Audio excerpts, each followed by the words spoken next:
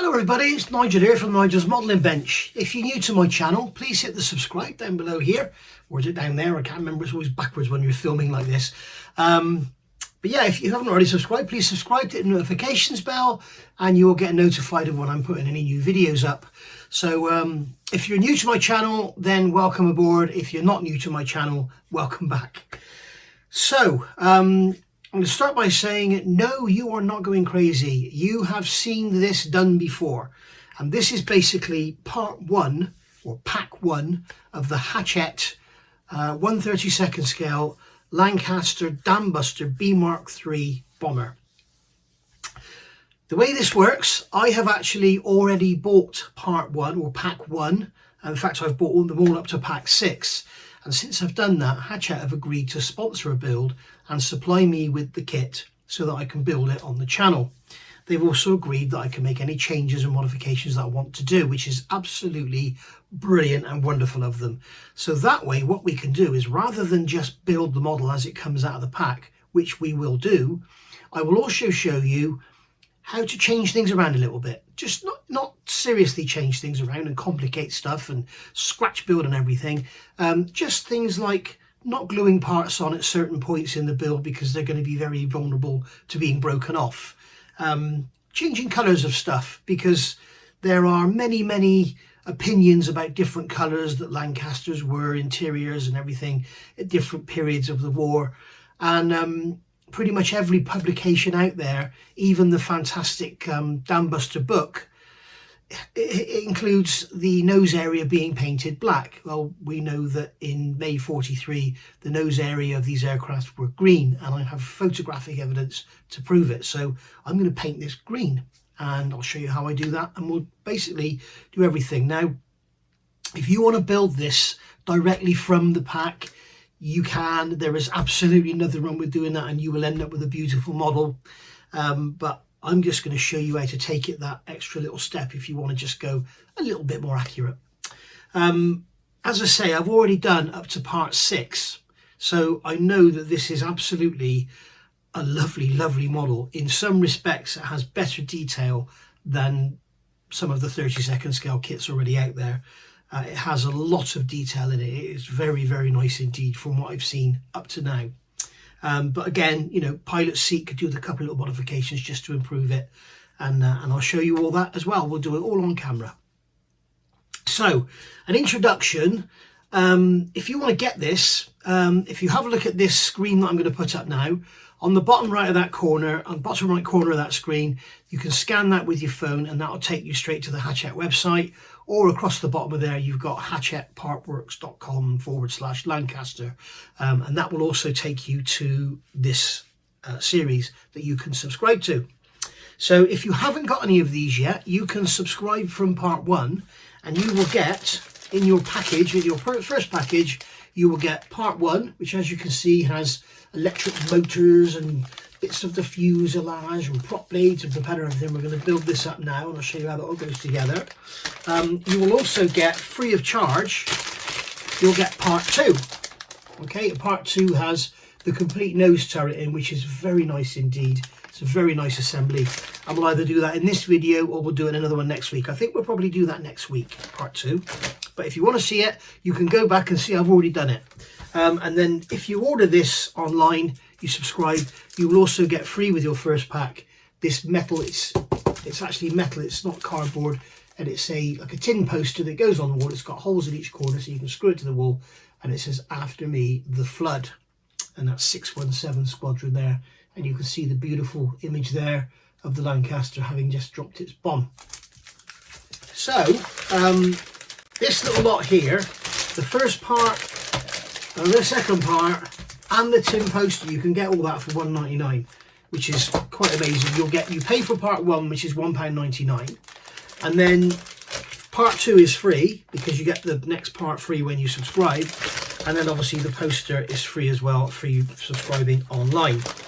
Now, you do have the option, if you've already bought a couple of these from Tesco's or whatever, and say you've already got those 2 and you want to start from part 3, you have the option in the on the website to start from part 3. It does say this offer is only available till the 31st of March 2024. Today is, what is it today? The 10th of February, so you've got plenty of time. And no doubt they'll keep the subscription going from part 1 for a long time to come. But basically, yeah, if you've already got the first 2 parts, say, and you want to go on there and subscribe from part 3, you can, and you'll get part 4 free, and I think you get your tin poster as well. So there's freebies all the way through the build, and you can also, if you want to, pay an extra £1 a month or £1 per issue, and you can also get some coins with a case as well. I don't have that, I just have the ordinary plain subscription.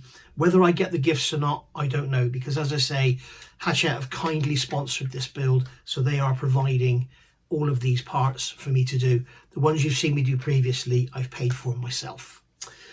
So without further ado, let's get down to the bench and have a look. Oh yeah, I just want to clarify a couple of points before we start. As usual, there are people that will complain about these sets. First one being, they will say it's over 130 parts, so it costs so many millions of pounds or whatever. Yes, that is the case. And what I always say to people is, if you want to go and buy one of these, that's the border model Lancaster 1/32 scale. It requires a hell of a lot of skill to build. It's a very complicated model that's very hard to put together, and it just so happens the instructions are awful. But that model is £600. Okay, so for that you're getting plastic sprues and nothing else. This model is all pre-painted. It's all sort of screwed together or super glued together. You're getting a magazine with every one. It's motorized, it's lit up, it makes sounds, it spins the bomb, it does lots, it comes on a stand and everything. That is just a box of plastic sprues. So when you think for sort of double the cost of that, you're getting this, it doesn't seem so bad. The other thing is, if you want to go and buy that, you need £600 now. Okay, or £620 actually, to go and buy that kit now. With this, you can pay it month by month by month. Okay, so I always put it as like this. If you go to the pub every weekend, okay, with your missus there, with your friends, and you spend 50 quid over a weekend on a couple of nights out, all right, that's £2,500 a year. If you went into the pub on the 1st of January, the landlord said, £2,500, please, you'd be sod off. I can't afford that. But you can afford to go and give them £50 a week when you're and have a beers every couple of nights. So basically, that's the way I look at this. It's a part work, you're paying for it bit by bit. Okay, the way it works, the first 2 parts come, and then after that you get 4 parts every month, or I'm not sure if it's every 4 weeks or every month. So you're paying for 4 parts per time. So that's the first thing covered. Okay, that's the cost side of it. So that saves you all commenting about the cost of it. The other thing is, people are talking about dihedral. If you look at the adverts on the TV, indeed the advert I've just showed you, you look on their website, the aircraft has no dihedral. Dihedral is basically the angle of the wings. On a Lancaster, the wings come out straight to just outboard of the inboard engines, and then they have a dihedral. And on that model that they're showing you, it has no dihedral. It looks like it's probably sagged where it's a bit weak. The model they're showing you is a prototype. It's not the finished article. So it's almost like it's probably 3D printed or whatever. They would have made 1 or 2 of those just for photographic purposes, just to show or concept that it works, and get your interest up and see how popular they can make it. They're obviously not going to go to the trouble of making all the tooling and all the casting for making it all, you know, fully 100% productionized until they've actually found out how much interest there is in it. So there we go. So that's the first thing. The other thing people are talking about is the fact that propellers spin the wrong way. And yes, they do. If that really bothers you, then you can change the polarity of the wires and make the propeller spin the other way. At the moment, when you look at them from the front, they go clockwise. They should go anti-clockwise. Okay. So that's the wrong way around. For you, they're going clockwise, they should go anti-clockwise. For you looking that way, I'm looking this way. And basically you can just change the polarity. But then people will say, well, the propellers, then the pitch will be wrong, but you can actually alter the pitch, because I will show you in a minute, these propellers have variable pitch, and when you turn one, the other blades go as well. It's very clever. I don't know if it was a design feature that was supposed to be there. Nobody seems to have mentioned it in any books or anything. It's not going to be something that's electronically changeable. through the remote control that you're going to get, but it certainly can change. And I've discovered that you can actually turn them enough so that they go the other way, so that if they spin the right way, the correct way, then they will look fine. Okay, so I will show you that in a minute. So without further ado, let's get this pack open, we'll have a look at the magazine and see what we're getting, and we'll start doing some building. So let me get to the overhead camera, get down on the bench, and that's the way things will be from now on the bench. Right, see you in a minute. Okay, so here we have part one, and this is the poster that you're going to get if you subscribe online. It's very nice indeed. It's in its packet. I'm not going to take it out. It's in its packet, so it's quite glossy, but you can see that it's very well printed. It's very well produced. We've got the corners are all folded over, but it will have some sharp edges on. So it says on here, not suitable for under the age of 14, because it's got some sharp edges on it. But once it's mounted on the wall, it'll be perfectly safe if you decide to mount it on the wall, that is. So part one, let's have a look what we got in here. So obviously we've got a magazine, and we've got the parts beautifully packaged in their plastic wrapper. So what I will be doing, as we start the build, I will show you some of the tools I use and explain what they are and where I've got them from, and indeed where you can get them from. That's actually broken there, look. And go from there, but I won't do that in every single issue. So basically any tools I use now, when I pick them up for part two onwards, I'll just pick them up and use them. I won't go through all the explanation and put you through all that again. So there's the parts we're getting. So we've got a screwdriver, we've got some internal parts here, we've got the pitot tube, we have a window, we have a nose section, an electric motor, there's the internal nose section, we've got some screws, we have some propeller blades, a hub and a spinner. We have these little guides here to put our prop blades in, and a little battery case for testing everything. So for $1.99, that's a little bargain, isn't it, really? I should imagine the battery case alone is worth $1.99. So somebody's not making very much money on that, are they? Right, so in here we have the book, which is basically describing all about the model itself and what we're going to be building. So I'm going to zoom you in a bit, actually. Let's zoom you in. There we go. So we've basically got the book here, and it's basically showing us all about it. Remember, this again is the prototype model. So you've got no adhesion on the wings, the props are going the wrong way and all that. I doubt they're going to turn the props around. They may do it. I mean, something I would suggest not doing is don't cut your wires now and turn them round, because what Hachette may well do is change the software in the stand that you plug everything into, so it makes the prop spin the right way. And then if they do that and you've already changed your wires around, you're back to having props spinning the wrong way. So there we go. So see the model in action. You can scan that QR code there, and if you freeze frame now and scan on your phone, you will be able to see it. And as you can see, it's coming with a display stand, it's got retractable undercarriage, the propellers spin, you've got interior lights, we have a removable canopy, you have a removable spine as well, so you can look at all the detail inside. We have gunfire effects, noise and flashing lights, we'll see that in the next video. We have accurate details. It's very, very nice indeed. It does look very, very nice. I must admit, it surprised me how nice it is. It really is lovely. So here we have a picture of this is the Battle of Britain Memorial Flight Lancaster, and there she is again. You can see the distinctive, the nose turret and the blister, and you can see, and this is what I'm talking about, the nose turret is black, the inside there is black.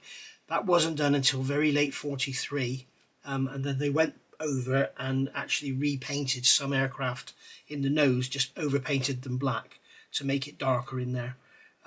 But basically 17th of May 43, which was when the Dambusters raid happened, they were still green in the nose and they had green on the internal turret area. So you'll get your magazine to tell you all about it. You're going to get all the history there. You're going to get some bombers in action. You're going to get talked about the people. We're going to talk about battles for the skies, tactics and technology.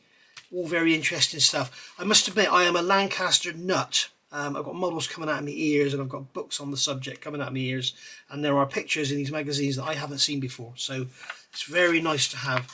So you can see here we've got coming in issue 2, we've got building up the nose turret and everything, and then here we've got the in part 3 we've got the canopy and the Bombay roof, which is also the cockpit floor. And we can see there you got the barcode again. You can hit that, subscribe now, and this is what you're going to get. So you're going to get a free issue with your first delivery. So if you pay for one, you're going to get 2 free. If you've already got 1 and 2, pay for 3, you get 4 free, and so on. You're going to get this poster free with your first delivery, which I've just shown you. And then with our second delivery, we're going to get the pen. I'm not sure I'm going to get that because that's for online payers through PayPal only. So they say.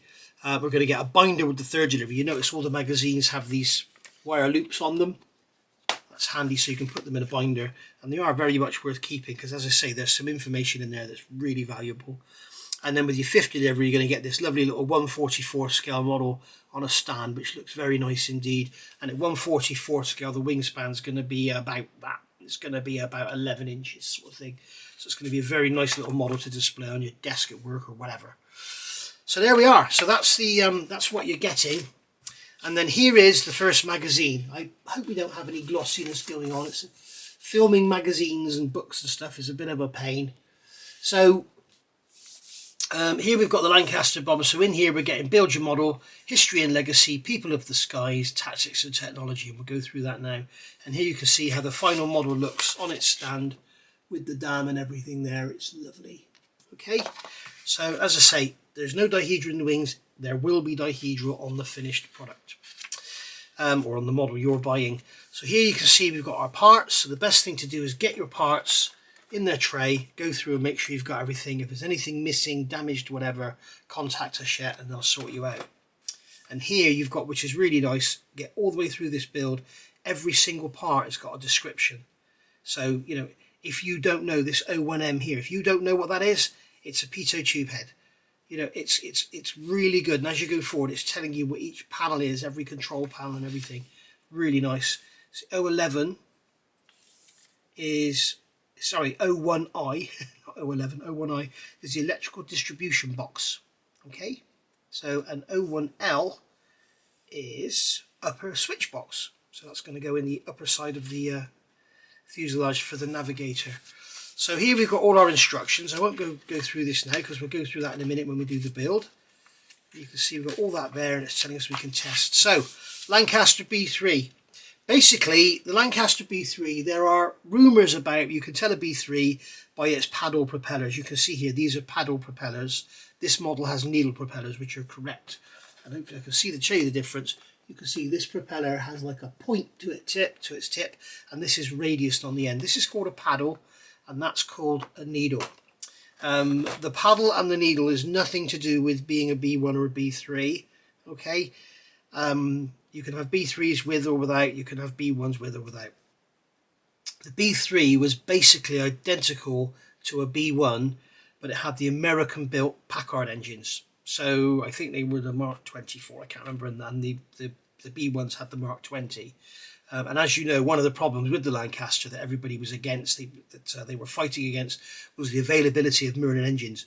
Well, luckily the Americans came on board and they started building the engine to basically the same design. There were differences, but basically it was the same design.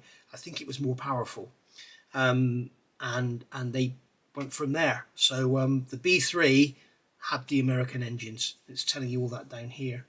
They were licensed. Okay, so there we are. You can read all that down there. And then we've got the Packard power. This is telling you all about the Mark I main production was powered by 4 Merlin 20 engines, and later the 22 and 24, while the Mark II utilised the Hercules. The Mark III Lancaster was essentially a Mark I aircraft in construction and layout, but it was the first of the bomber type to receive the Packard-built engines. Performance characteristics were almost identical to the Mark I. At an altitude of 15,000 feet, the Mark III could achieve a top speed of 280 miles an hour and take the aircraft to a ceiling of more than 24,600 feet. Wow. The only issue with the Packard engines was they tended to run hotter during takeoff and landing, meaning the Mark III was generally unsuited to use in training situations. So there we go. I think maybe the Mark III was called a Mark 28. The Packard engine was called a Mark 28. I can't remember now, so I'm sure you can tell me. So there we are. So that's that. So this is all about Wing Commander Guy Gibson. Apparently he was a very interesting chap. He sort of, hailed as an absolute hero, but apparently he wasn't that easy to get on with. But he was an absolutely wonderful guy. Unfortunately, lost to friendly fire from a tail gunner at Halifax, apparently. So that's his timeline. Born in Simla, India. And the 28th of May awarded the Victoria Cross. 2nd of April 43 awarded a bar to his DSO. So yeah, 29th of June 41. 36 he joined the RAF, so he was 18 when he joined the RAF. And then a year later he was promoted to acting pilot officer. Wow. Development of the Avro 683 Lancaster. So the Avro Lancaster was first called the 683, and as we know it was developed from the Manchester. And here's a picture here that I've never seen before. Well, I have, because I saw it when I first did this part 1, but before that I'd never seen this. And you can see all these nose sections here being built up, and then they're having the final nose added here with the turret and everything on. And you can see in there the interiors are all green. There's no black paint in there. So unfortunately there's no date, but there we go. And there's Roy Chadwick. He was the chief designer. What a man he was. And then here we are, we have a paddle bladed Lancaster. I can't tell from here if it's a B1 or a B3, but it's being loaded up with bombs.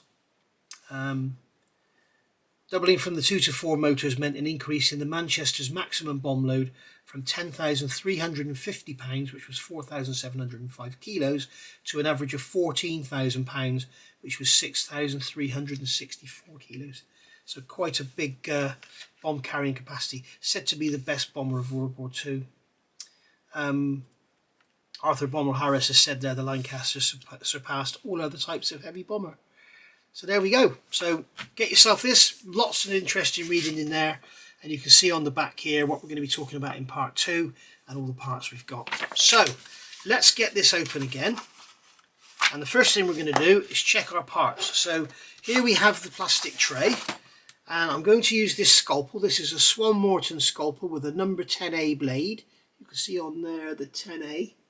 Alright, and this is a really good blade for general modelling use. I tend to use this one and the number 10, and you can see how easy it is to slice through the bottom of here, okay, and remove these plastic sheets. There's 2 of them.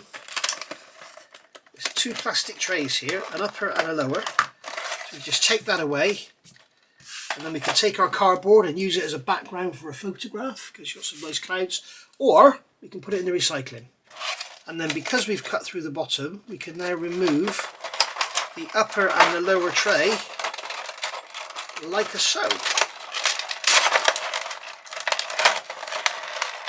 Easier said than done. Okay, so we have all our parts there in the lower tray. As I say, go through, check them all, check there's no damage in anything, and once you've done that, then you can continue with the build. So we start off, and they're talking here about us putting all the interior parts together. So we are going to start by, I don't like having the magazine in the camera because it makes the camera white out. But basically what we're going to do, we're going to take the upper switch box 01L, and that's going to be in this little, I'm going to use a pair of tweezers, okay, to get this out. And then use tweezers to get these parts out, because unfortunately guys, I'm sorry, I bite my fingernails and they look disgusting. So we've got the upper switch box 01L, which is this little part here. Okay, and that is going to go into this frame here. So that is literally going to go into there, and it's going to go that way up, and that tab on the back of there is going to go into that slot there. Okay, and that's that. Now that is going to require glue. So what I'm going to do is get some super glue, and my super glue of choice, I should have had this out and been prepared. This is the super glue I like to use. Now you can use any super glue you like, but bear in mind the cheaper supermarkets, the cheaper supermarket glues, and you know the cheap stuff you get, like where have I got some here, like this stuff here. Okay, it all does the same job, but this dries very, very hard and goes very, very brittle. It's worth remembering that there are much better super glues like this one here. This is called Flexi 5KCA. It's from a company called VMS, and you can get this from a company down in Weston-super-Mare called Premium Hobbies, or you can get it from another company up north called Scale Model Shop. There are other stockists, but I don't know of any. But the 2 that I use is Premium Hobbies and Scale Model Shop, and this is my preferred one. It's called Black Thin. The beauty of this stuff is it's very thin, so it penetrates and it glues stuff in well. As you can see from the title, it's flexible. It's black, so you can see where it's going, or in this case it's not going to show up because it's going on black plastic. And it doesn't dry very fast. It doesn't dry instantly. So you've got time to put something in and maneuver it and stick it down. Whereas with a lot of the cheaper glues, you put them down, bang, that's it, it's in place and that's it. So so basically what we're going to do is just get some of this glue, and I'm going to deposit, this is a Pringles lid stuck to the top of a Nescafe coffee lid. So that's just a lid from Pringles. And we need a tiny little bit like that. Okay, and then we can use a cocktail stick. I've got this little applicator, it's called a glue looper. You could just use a cocktail stick, a pin, a needle, whatever. And what I'm going to do here is hold that piece in position and then come in from behind and just put some glue on like that. Okay, and you can see this glue, because it's thin, it will capillary down into the joint, and you can see there it's gone in. And that will hold that part in place. Now don't try and pull it off, because as soon as you do it, it'll come out, because it doesn't dry instantly. And then what I'm going to do is just grab a cotton bud, these are ordinary Johnson's cotton buds, and just run that over the back and just remove the excess glue. Just like so. So that's that in. Right, so the second stage is take the electrical distribution box 01I and upper switch box 01N and check how the tabs on the back fit into openings in the framing 01A. Apply a little super glue to the tabs and fix in place. So we've got 01N and 01I. So this one here, which has the silver painted bit on it, which isn't very neatly done. If you want to touch that up, you can if you've got some matte black paint.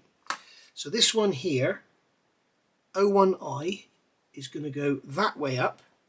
Okay, so it's got the silver block facing forward, and that is going to go into that hole there. We've got a tab on the back, and that's just going to go into that hole there. And as you can see, that just sits in there.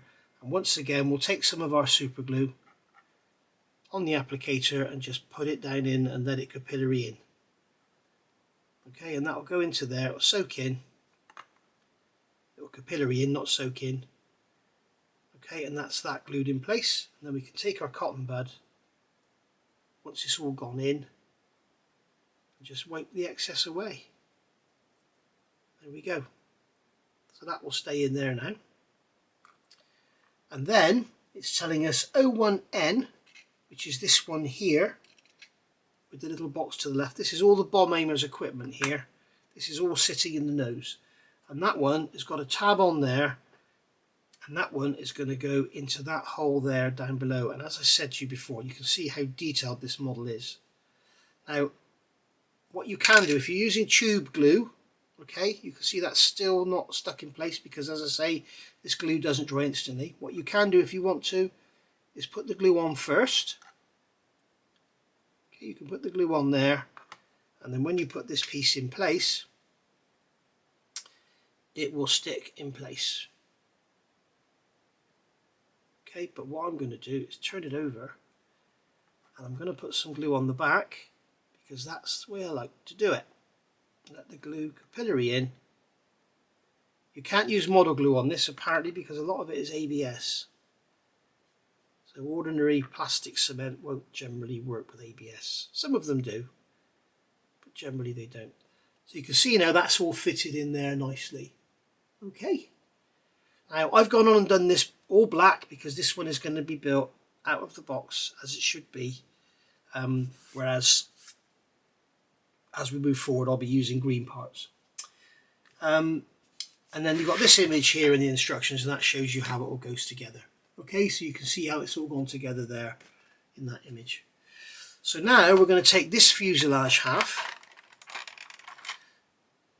get the tweezers under it and get it out. And what it's telling us to do is glue this clear window in place. Okay, so we've got this clear window here. Okay, so there's our clear window, and it's obviously only going to go in one way. You can't fit it the wrong way round. It physically won't fit the wrong way round. Okay, so We're going to fit that in place like that, and that is also going to need some glue. Now you can see that fits in place beautifully.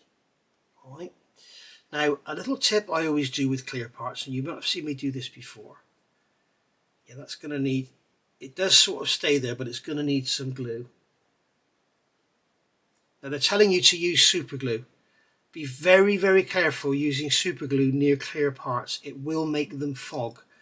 If you've ever seen any older thrillers and stuff, they would get people's fingerprints with super glue. Put super glue down and it would fog on the window and you'd see people's fingerprints. So I don't recommend using super glue. The other thing I thoroughly recommend doing with clear parts, when you look at this in here, if I put this in again, you can see, I'll show you this as well, we do the turret and we do the canopy, you can see you have a distinct sort of shiny chrome edge to that window. Alright, so what I do is I take a black marker and I go around. You can put some gloves on if you want. I've just noticed there's a bit of a sprue nib on there sticking out, so I'm just going to remove that with the knife just on that outer frame. Now what I'm going to do is go around the edge of this window with my black pen. And what this does, it takes away that shiny looking chrome-like edge. Alright, now I'm not worried about getting any black ink on the window because we can remove that in a minute. Okay, so there we go. So that's that done. We'll just leave that for a couple of minutes to dry. Okay, it's about 2 minutes later, so the ink on there should be dry. Now what I'm going to do now is I've got a cotton bud here and it's got some IPA on it, isopropyl alcohol. Be careful of using cellulose thinners or anything, it will damage the plastic. If you've got some Tamiya thinners or any acrylic thinners, you should be okay. I'm just going to rub around the edge and just remove any excess ink that's gone onto the face of the glass. Okay, just like so. And now you can see we don't have that bright chrome edge, and you'll see when I fit this in, that's the wrong way around. When I fit this in, you can see that we've lost that bright shiny chrome rim around the edge. We've just got the glazing. Okay, you can still see the step in the back because that's where it's molded. That's just the way it's molded with the recess in the back. But there you go. So that's just pressed in place.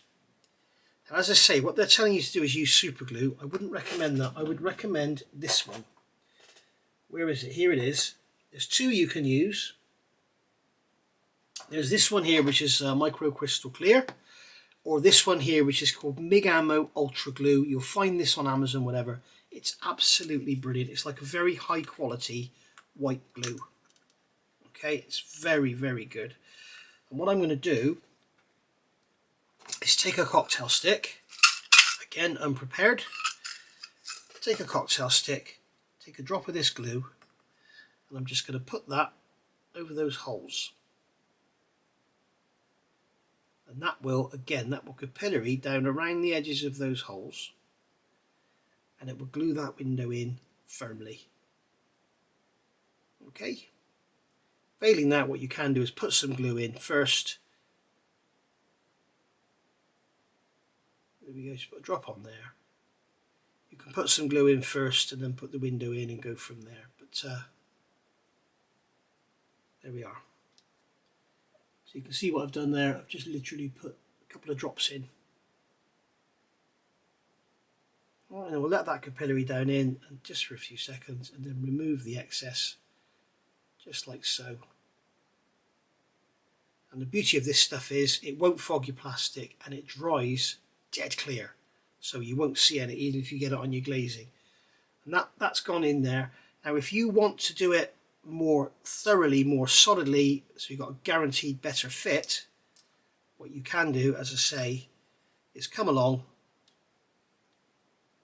put a couple of little drops in here, keep it away from the edge of the glazing. Okay, put a couple of drops on the outside of those pins there. You can put a drop down on there if you want to. It doesn't need much. Right, and as I say, if it does ooze out around the window, don't worry about it, it dries dead clear. And then we can just place the window in, like so.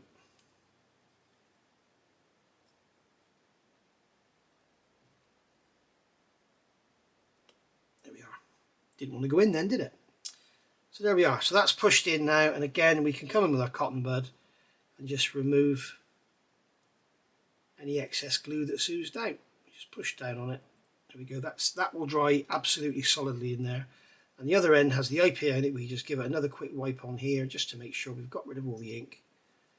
There we have our window fitted, all nicely without any shiny chrome edges on it. Okay, that looks much better. You can see on here the lovely rivet detail and everything. Yes, it's a bit over the top. Yes, the rivet should be raised, not recessed. But, you know, many models these days have recessed rivets where they should be raised in real life. And many models have rivets all over them that shouldn't even be there. So, you know, we can't really knock Hachette for that. All of the Hong Kong models, 1/32 scale Lancasters, they have recessed rivets, as do, you know, the A20s. Pretty much every kit out there has recessed rivets, and they should really have raised, but they don't. So that's our window glued in place. So the next step now, when using super glue on areas of clear plastic such as the window, apply it very sparingly. It will cause the plastic to mist, so make sure it is only applied to the very edge of the window. I would completely steer away from using super glue on your clear parts, just in case. If you do have to use super glue because you don't have anything else, put a tiny little drop on after you've put the window in and only apply it to the outside edge. Where did I put that stick? Only apply it like there and perhaps a little drop there, and let it go in, and then put the part down that way up. Do not put the part that way up. That's when the chemicals work and it will make it mist. If it does fog up, you can polish it off, but you need abrasives to polish it off. It's just best to not chance it. I know for a fact this stuff is pretty good and pretty friendly towards clear plastic. I'm not going to chance it. It's not worth it because it would just look a mess, especially in such a prominent area. Right, so now this is where we get a bit controversial. Next part here, it says, take the pitot tube head 01M and check how it fits in the recess on the outside of the port nose fuselage. Glue in place. It's telling you how to glue it in place there. All right. So we're going to take this little piece. We're going to put some super glue on here, and we're going to fit it there. Now, so the first thing I would recommend is probably coming in with a tool, a sharp point, and just scratch the paint, just like so. Okay, so when you glue it, you're gluing the plastic part to the metal. On the back of here you can see you have a mould seam line and a little sprue nib where they've taken it off the sprue. Just scrape that away as well. Get it clean. And then when you glue this on, you'll have a really nice strong joint, and you're not just glued to a layer of paint, because what you'll find is if it's just glued onto the paint, when you knock it, it will break off and it will probably take the paint with it. As a modeler of many, many years, my experience tells me you don't ever put anything on a model that's going to get knocked off, such as like a gun or an antenna or a pitot tube. Anything that's going to get easily knocked off, don't fit it. I'm going to actually, there's a sprue nib on the front of here. I'm just going to remove that gently as well, because I know it's black plastic, so we should be okay. There we go. If you glue that on there, this is metal. You glue that plastic part on there, you put this down, it's going to get broken off. All right, it's, you know, you're going to be putting this away. You're not using it yet for another few weeks. You're just going to break it. So put that back in its tray, or something I do suggest. This is a little curry pot from a little takeaway, a local takeaway, not a little takeaway, a local takeaway. And what I do is when I get these, I put them in the dishwasher. It says it's dishwasher safe on the back of there. And I put them in the dishwasher, clean them out, and they're brilliant for keeping model parts in. So what we can do is just take that little pitot tube there. It's obvious what it is. You don't need to label it or number it or anything. We can stick it in there. Okay, and we've got that now safe. And this box here, which is what it comes in, we don't need to save that because we've used the parts. So that can go in the recycling as well. Right, so don't fit that, put the pitot tube in the box, put it all to one side. So that's glued in there. So we're going to put that back in its tray. Those parts there are all glued together. So we can put that back in its tray, like that. And then here, we're going to start with some mechanical stuff. So what we have here are propeller blades.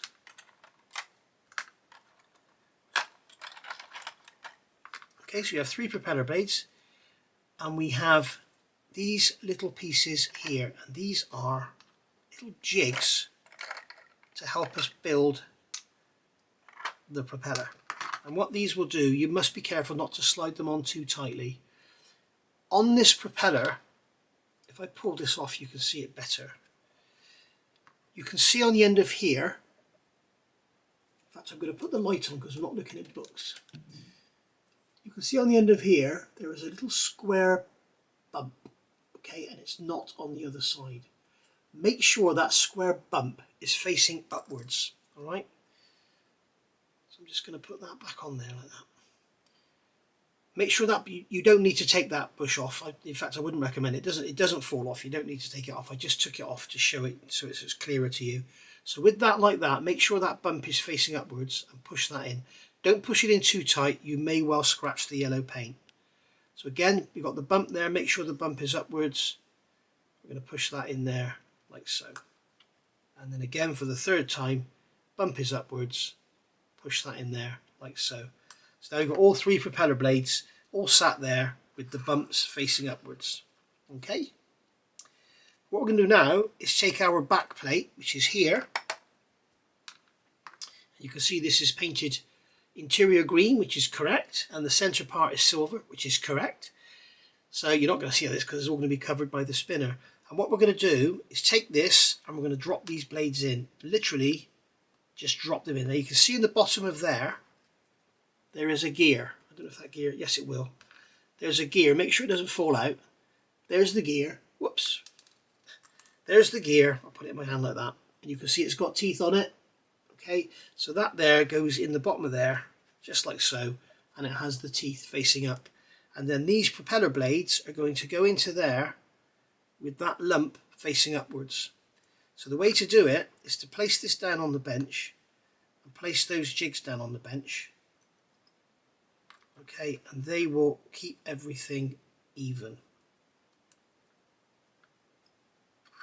So what these jigs are doing is making sure that all the blades are twisted the correct amount, so they're all the same. So we can see on here we've got all 3 lumps facing upwards, which is what we want. Okay, and now what it's telling us is to take part 01E, which is this part here, this silver part, and we're going to place that over the top. You can see we've got 3 holes in there, we've got 3 pins on there, and that's just going to go over the top, press down like that, and that's going to keep everything nice and neatly together. Okay, just like so. And then it's telling us to take screw AP. So there's screw AP. As usual, they give us an extra one. So we can open up this bag, and here I am with no nails, and I always struggle with this. There we go.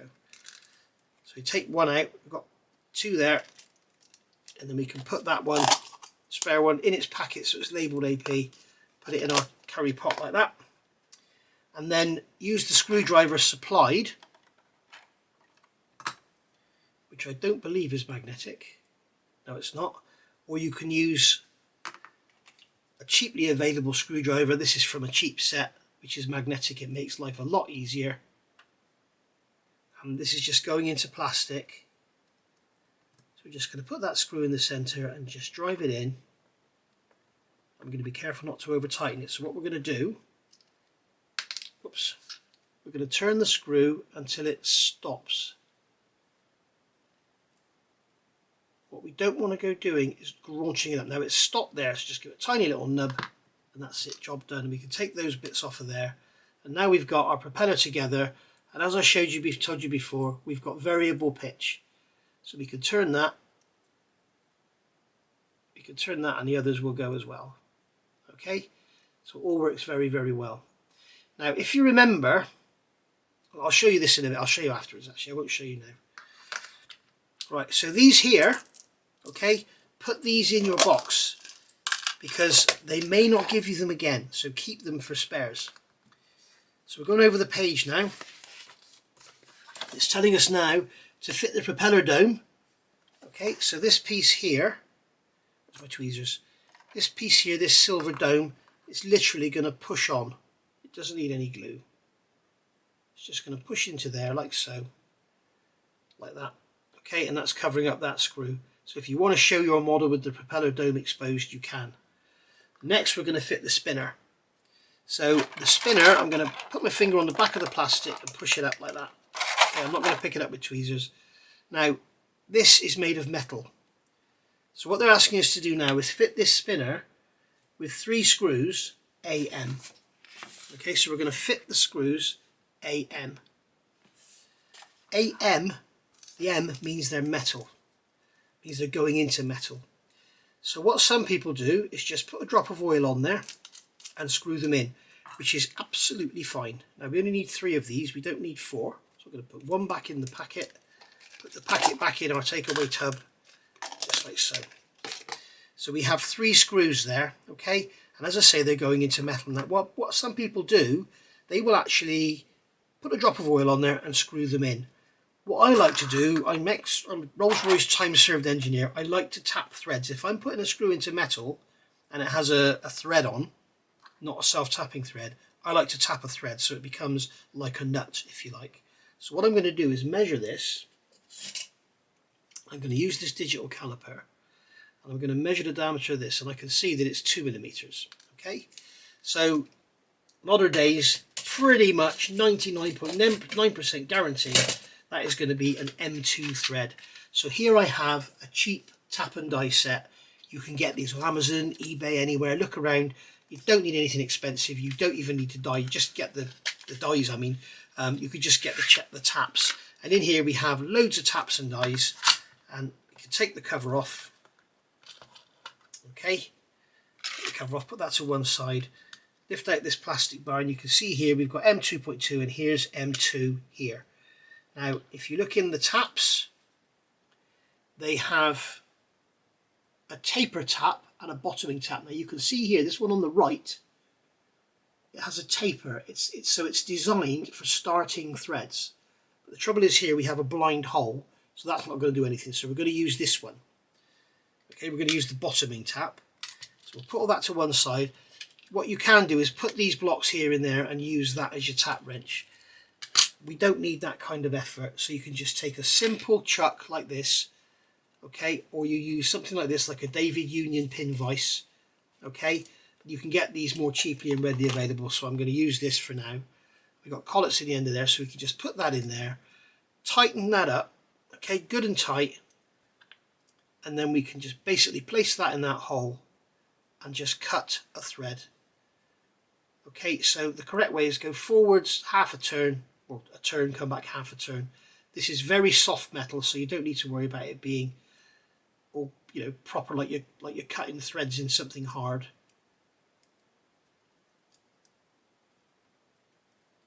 Okay, so there we go. So now we've got a thread in there. You just blow it out, and you can see rather than just having a hole like this one here, you have a lovely thread. Okay, so I'm going to go around and do the others exactly the same, and then I'll come back. Alright, so just one thing I do want to show you just quickly. If we screw this in here, okay, I've cut all 3 taps, all 3 threads, and you can see, because this is a collet type, it's just cheap. What's happening is as I get to the bottom, the collet slips, it won't go anymore. So that's a good little tip. So when you get to the bottom, you know you're at the bottom. Don't try and go too hard because you might go through if there's a thin section of metal. But there we go. We now have 3 fully tapped holes. So we can turn this over. We can place this on here. Press that into position. We can grab a screw with our screwdriver and put it in. And as you can see, that screw screws in there easily. There's no forcing, no graunching, nothing. My other concern with using oil is this is all painted with matte paint, and the matte paints can actually tend to soak up oil So if you have got any excess there, it may, I say may, appear on the surface because it sort of it creeps along the surface. So you just tighten those up, pull that spinner nice and tightly onto the back plate. We don't want to go graunching anything because we'll strip the threads if we do. We also want to be careful not to split the plastic of the back plate. And there we go. So that's our propeller. And what we can do now is test it. So we can take our test block, all right. We can take our two AAA batteries and put them into our test panel, like so. Get our motor out. Unwind the cable. Just like so. There we go. And then that's got a spline on it, on a gear. That's going to go into the back of that propeller just like so. Hold the motor, not the propeller. Put that wire into that connector there, J1. And you will see that our propeller is turning and it's going clockwise, which is the wrong way. Alright, but it's nice and central. And it's very, very cleanly spinning. It's not vibrating and shaking around. It's really, really nice. Now, as you can see, just stop that. As you can see, the pitch of the blades is set correct for spinning clockwise. It's pushing the air back. But if you grab these blades, let's take this motor off. If you grab these blades and turn them hard to the left, okay, they will go over, because that square lump is basically sitting. You can see down in here, where's my cocktail stick? You can see down in here, there is a square slot in that silver part, and you can actually make that tab just go over. So then, when you have your motor turning the other way, okay, so at the moment it's going to go that way, when you have it going the other way, it will be correct. And luckily, inaccurately if you like, but luckily they've made the propeller blades so they're kind of symmetrical. They don't have a sort of leading and a trailing edge, which is lucky because that means you can have your propellers go in the right way and have them set at the correct pitch. And as you can see, when I get this going now, it's going to go clockwise, and you can see that's the wrong way. It's going to push air forwards. So if you want to make a fan, in fact this Lancaster sat on your desk would be a great fan, wouldn't it, with those four props going. And that's going to push air forwards now. Okay, so it's going to go the wrong way. Alright, so as I say, don't go cutting your wires yet if you want accuracy and you want to have your props going the right way, because Hachette may well correct this in the software and they'll tell you to do this with the blades, perhaps if they've seen me do it, I don't know, but there you go, you can actually have them correct. And don't worry, you're not damaging anything because you can still put them back as they should have been and they will still work. And you can see we're altering the pitch on all three of them. As I turn one, it's altering the pitch on all three. Okay, so there we go. So that, my friends, has been part one. We'll get our batteries out of there, put them to one side.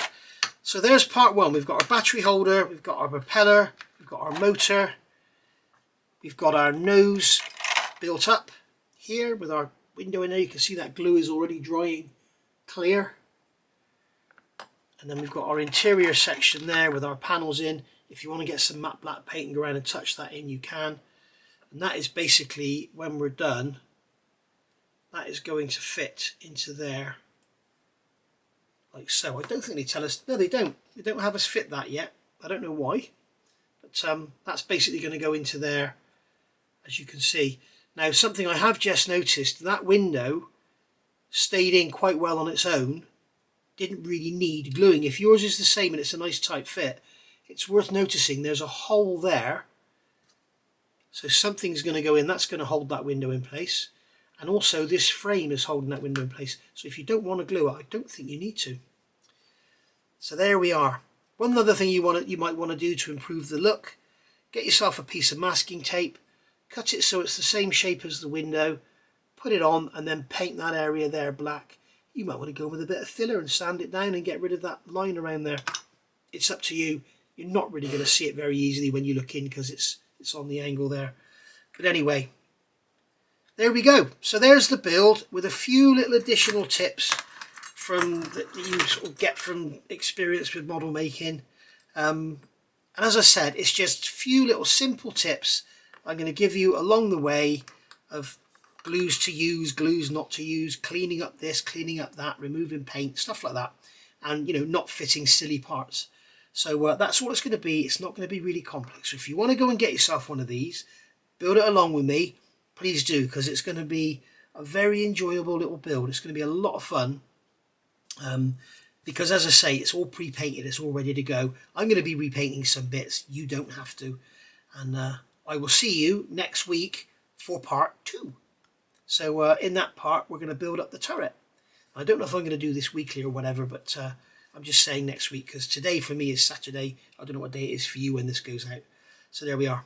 Thank you for watching. Bye for now. And don't forget, I'll put that up again. Have a look at that, click on that code, and you can go and get yourself this, the poster and part 2 for the grand sum of £1.99. Thank you for watching, guys. Oh, it's also available in Europe, sorry. It's available in Ireland anyway, but I think it says EU, but it's an extra €1 postage I think you have to pay. But you'll see all that in the pricing when you look at the website. Thank you very much for watching again. Bye for now.